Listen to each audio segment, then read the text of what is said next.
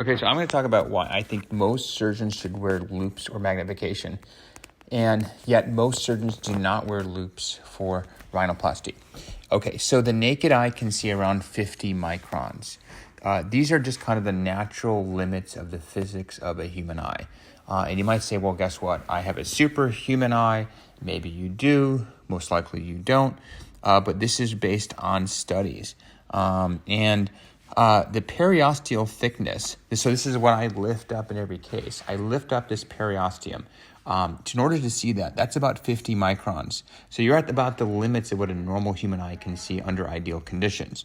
Septal cartilage, what I work with inside the nose, is about 740 microns. So it is significantly wider. But a lot of the times I'm working on little sinuations and little differences between this area, little bone differences. And so in my opinion, patients will do better and doctors would do better if more and more doctors were using magnification.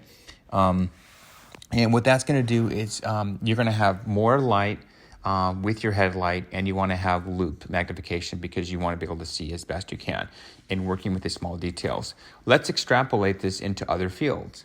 Could you imagine a jeweler not working with magnification? It's not going to work. Could you imagine doing lots of detailed work on these micro things like a watchmaker?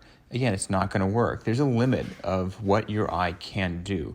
And so for me, rather than test the limits of what my eye can do, I use basically make my eyes superhuman, and that's where I use loupe magnification. I don't solely rely on loupe magnification. I have other things. I'll look at the obviously at the nose with and without loupes, but it's more time consuming to use loupes because you're looking at every single detail, but it's also a much more detailed oriented approach for patients.